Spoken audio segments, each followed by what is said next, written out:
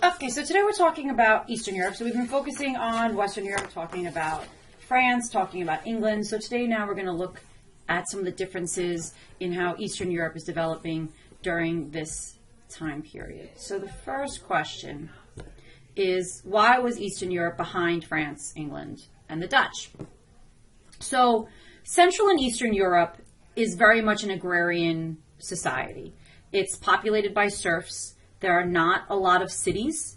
And so it's not as developed as Western Europe. Now, between 1400 and 1650, the nobles and the rulers in Eastern Europe established serfdom.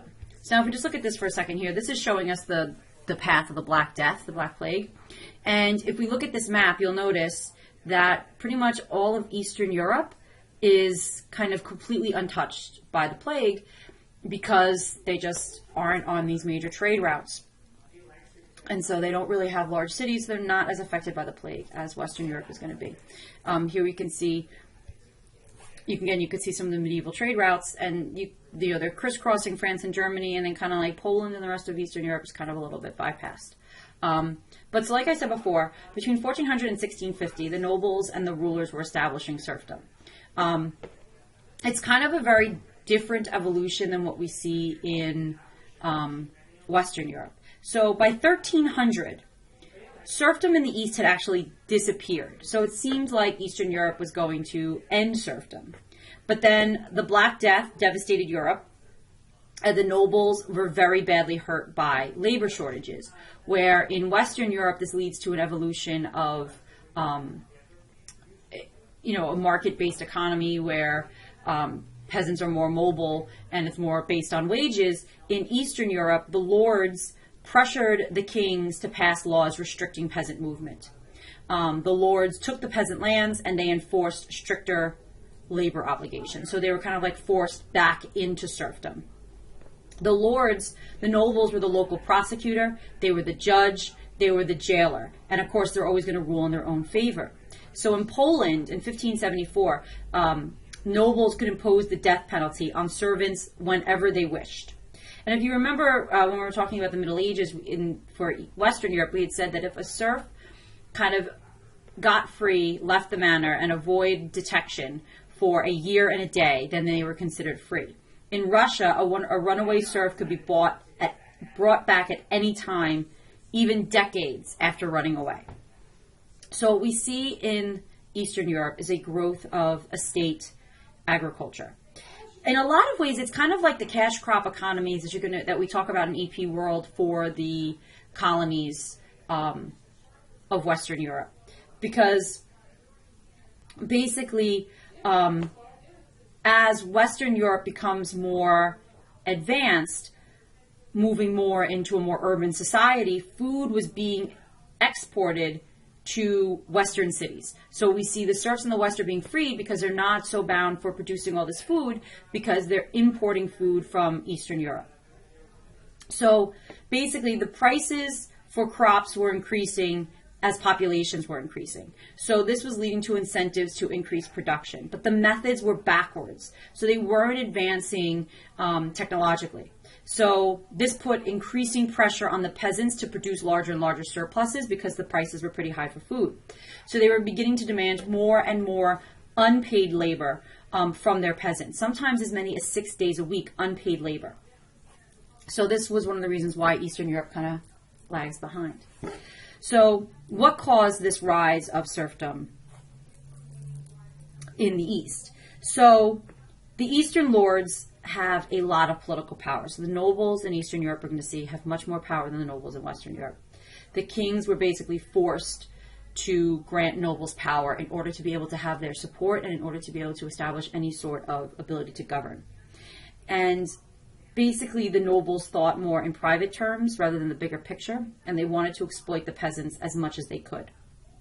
They were not required to sell the goods that were grown on their manors in local markets. So that meant that local towns were not being strengthened, cities were not growing because most of the food was being exported again to Western Europe.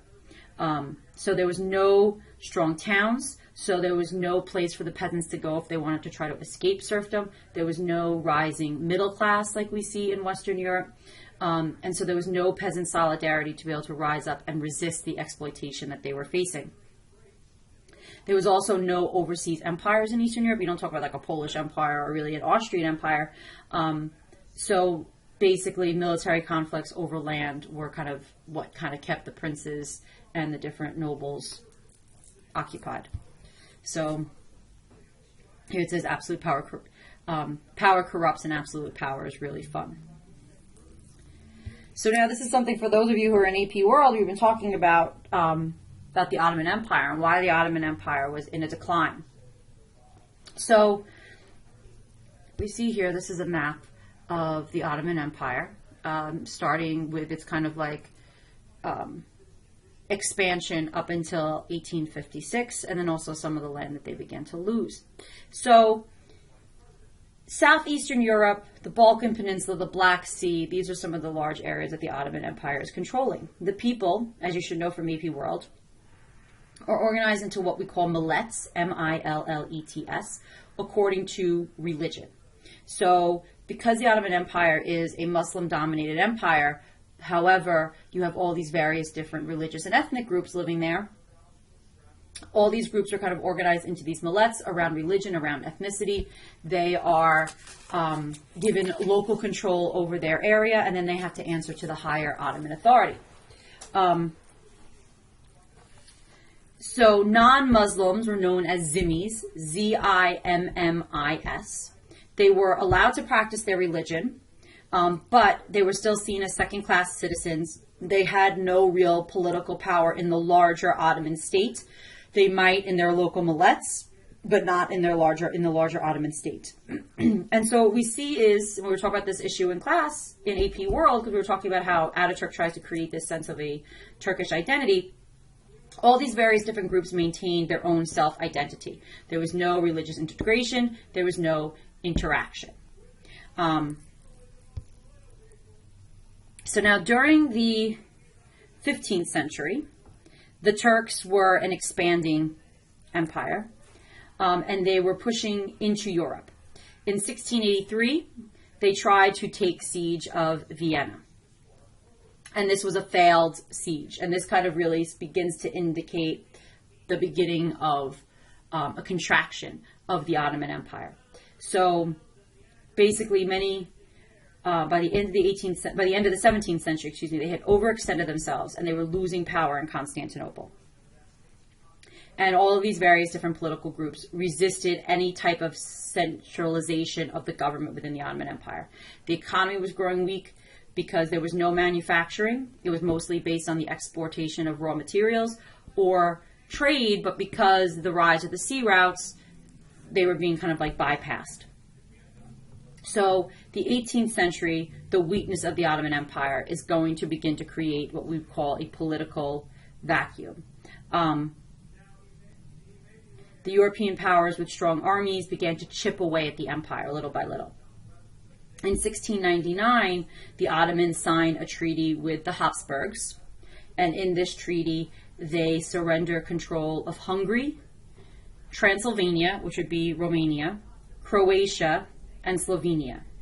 So we start to see a decay of the empire and a kind of race to gain the lands that the Ottoman Empire is beginning to lose.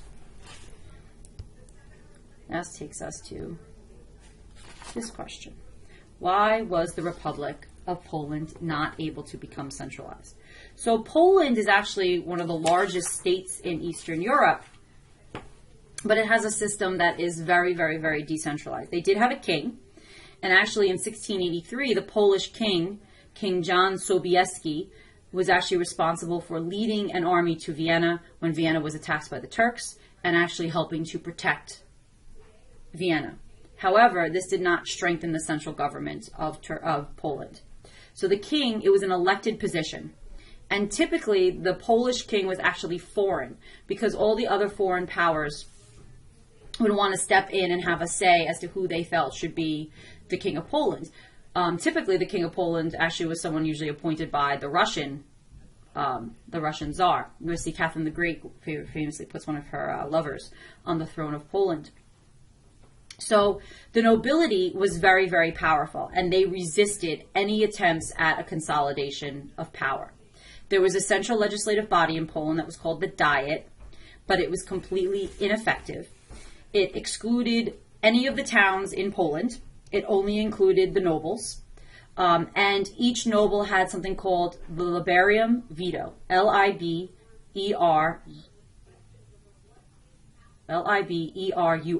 Liberum Veto. Basically meant that each noble had the power of veto power. So if one person disagreed, they could block any type of changes they want to make, and if one person disagreed, they could force the whole Diet to disband. So this requirement of all the decisions having to be unanimous made it completely ineffective in trying to create any type of unity or power, which is why we're going to see that Poland really becomes a country that is at the mercy of its surrounding neighbors. And we'll see that later under Catherine the Great in the late 18th century, Poland basically gets divided, and eventually Poland gets completely wiped off the map of Europe for a time. So the last area that we're going to look at, I don't even really have a question for it, but now we're going to look at the Holy Roman Empire. So we've talked about the Holy Roman Empire a little bit in regards to the 30 Years' War. So the decline of Spain is going to kind of leave the Austrian Habsburgs on their own. So they're no longer going to have their kind of like support with the other side of the Habsburg family. So by 1648, they retained the title of the Holy Roman Empire, the Austrian Habsburgs, but they really did not have any power having that title. The Diet of the Holy Roman Empire basically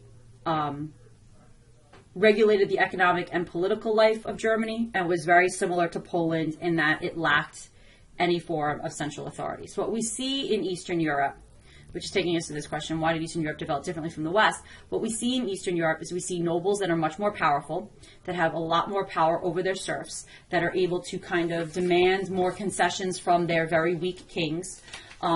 We also see an area that really kind of functions economically more like a colony as far as like a cash crop economy, because they're both basically exporting large portions of their crops. And so what that's doing is not allowing for the development of cities or the development of towns, and therefore they're also not developing a strong middle class, which is why they're going to have a different